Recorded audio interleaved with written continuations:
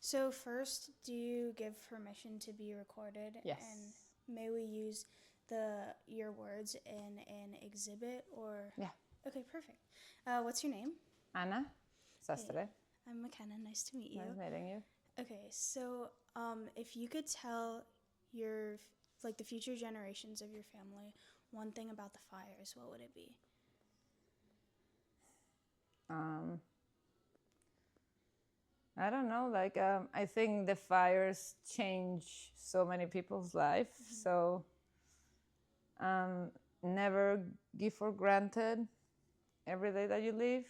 Um, you never know when is the last time that you're going to do something. Like on January 6th, I didn't know that that would be the last night that I was sleeping on my bed. So enjoy your life, make every day count, and yeah, it's like you never know what the next day will bring. So that's kind of the learning from the fires is live the best day every day. Yeah, it's a very powerful answer.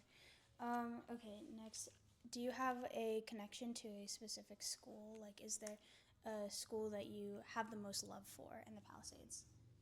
To be honest, I love all the. So my kids went to Pali Elementary, then Paul Revere, and then Pali High. My son graduated actually 2 days ago from Pali Oh, High. wow. Congrats to him. So yeah, I think we were there all our lives, and yeah, yesterday, 2 days ago, it was really powerful to go back and have graduation there. It a lot of us imagine that graduation happening in that place, but all of us living there and having our lives, and it's different now. So yeah, I think that it's just great, the community and the schools, and it was just such a great place to live. So yeah, love Pali Elementary, loved Pali High. So yeah. What have the communities of those schools done for you? Or how have they changed you? I think when the fires happened, I think that you lose everything that you have material. You have nothing left. We literally left home, and I just left with my passports and our green cards. That was it. We have lived 11 years in the Palisades. And then the only thing that my kids had were their friends. So the only people that got us through everything was the people that were part of the community. Not only the people that help us, giving us shelter or things, but also the people that also lost everything, just being able to have a conversation with someone about it and feeling that you're not alone in it, it's pretty powerful. Um, so would you say that you have a favorite memory from those schools? From the schools. Yes. Yeah, Pali Elementary, one of my favorite memories is on the auditorium that burned down. When the kids graduated, each kid had to do their own portrait. And they were all hanging in the walls. So there were many, many generations of portraits in that auditorium. So I remember when my two kids graduated, just that last graduation day of elementary school and seeing all their portraits in the wall, it's something that was pretty cool. And then, to be honest, I think even though 2 days ago it was very bittersweet, it was very powerful to be back there and to have graduation there. So Yeah. Is there any restaurant that you wish you could go back to one more time? So I, even though there's others in LA, one of the things that kind of like it was these kind of little things, but those are the things that you miss the most. Right. There was this place called Cafe Lux. It was very close to where the Wells Fargo and the Chase were. Right. And it was like they knew me, they knew my name, they knew my birthday, they knew what my coffee order was. And it's one of those things that I would go every day, but it's just those little things of having people that know who you are and what you like, how you like your drink. It was just when you lose it, you Right.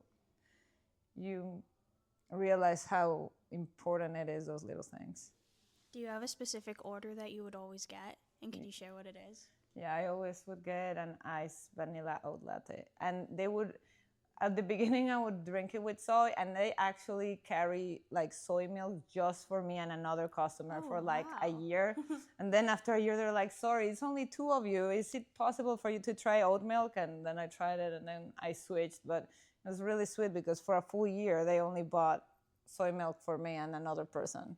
So nice. Yeah. Do you have a favorite memory from there? Yeah, you know, it was just cool. It was just this amazing thing of like, they knew me so well that if I was having like a tough day, I don't know how they would know it. And then they will be like, oh, today is on us kind of moment. And they will give me the coffee for free. It was so personal that it was just this great thing. And then it was, you know, I think it was like maybe 4 months after the fires, I tried to go to another one. There's another one in Brentwood.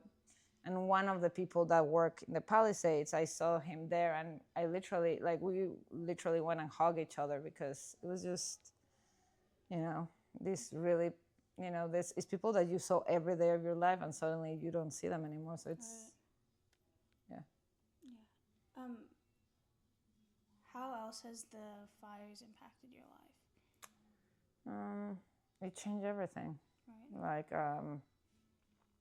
this may be too much information, but I think when you go through the fires, you know, a lot of people got angry and want to like find people responsible for it. It's not what happened to me. For me, it was more like grief, like a lot of loss. And then it really made me wonder if I was living the life that I wanted to live.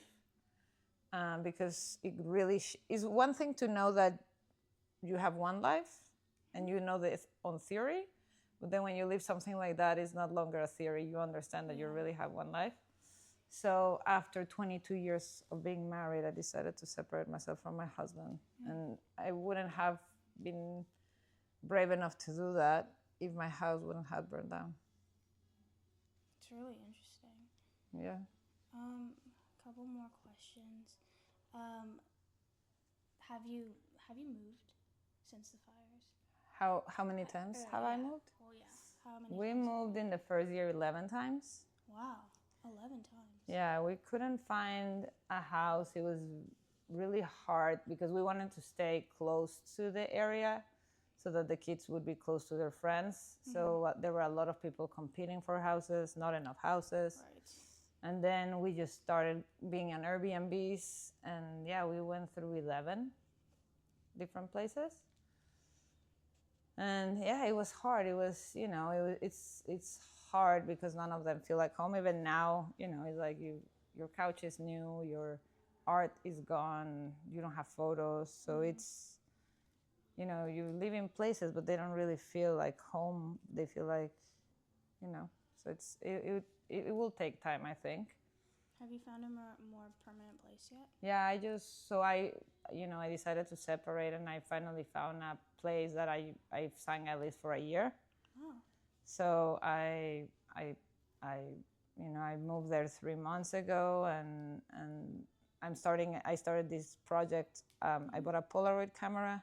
Oh yeah. Because all of my photos got burned. So now every time I'm with someone that I love, I take a Polaroid, and then I'm doing a wall with all those Polaroids. Yeah. That's great.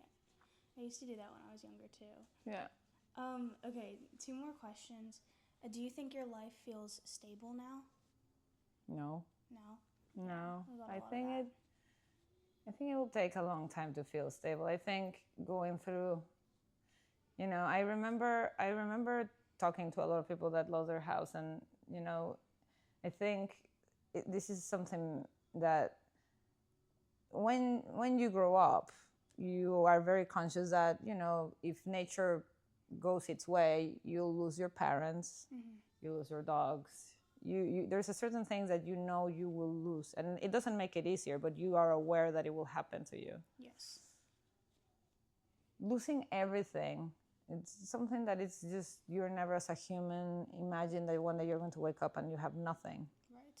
And it's a very strange feeling, and I think that it takes time to feel stable, especially because when it happens to you when you're closer to 50, Mm-hmm. you it's not only that you lose all of that you had and those memories that all of these objects had, but it's also you know, in my case, before the fires, I thought I was going to be married forever and that my life was going to look a certain way, that I was going to live in the Palisades, and that's the where my life will pretty much end.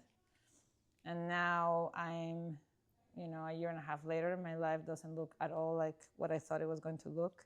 I have no idea how what's going to happen to me, or where am I going, or so it feels unknown.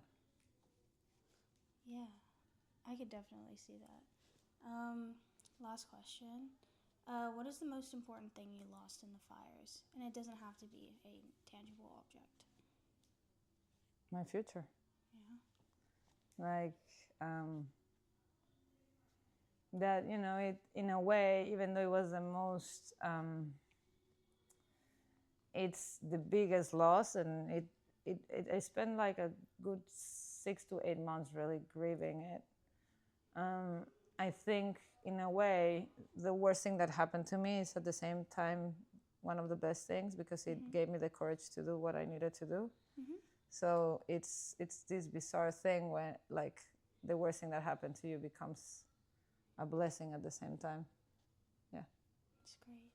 Thank you so much. No worries. Thank you. Your answers were great. I don't know, but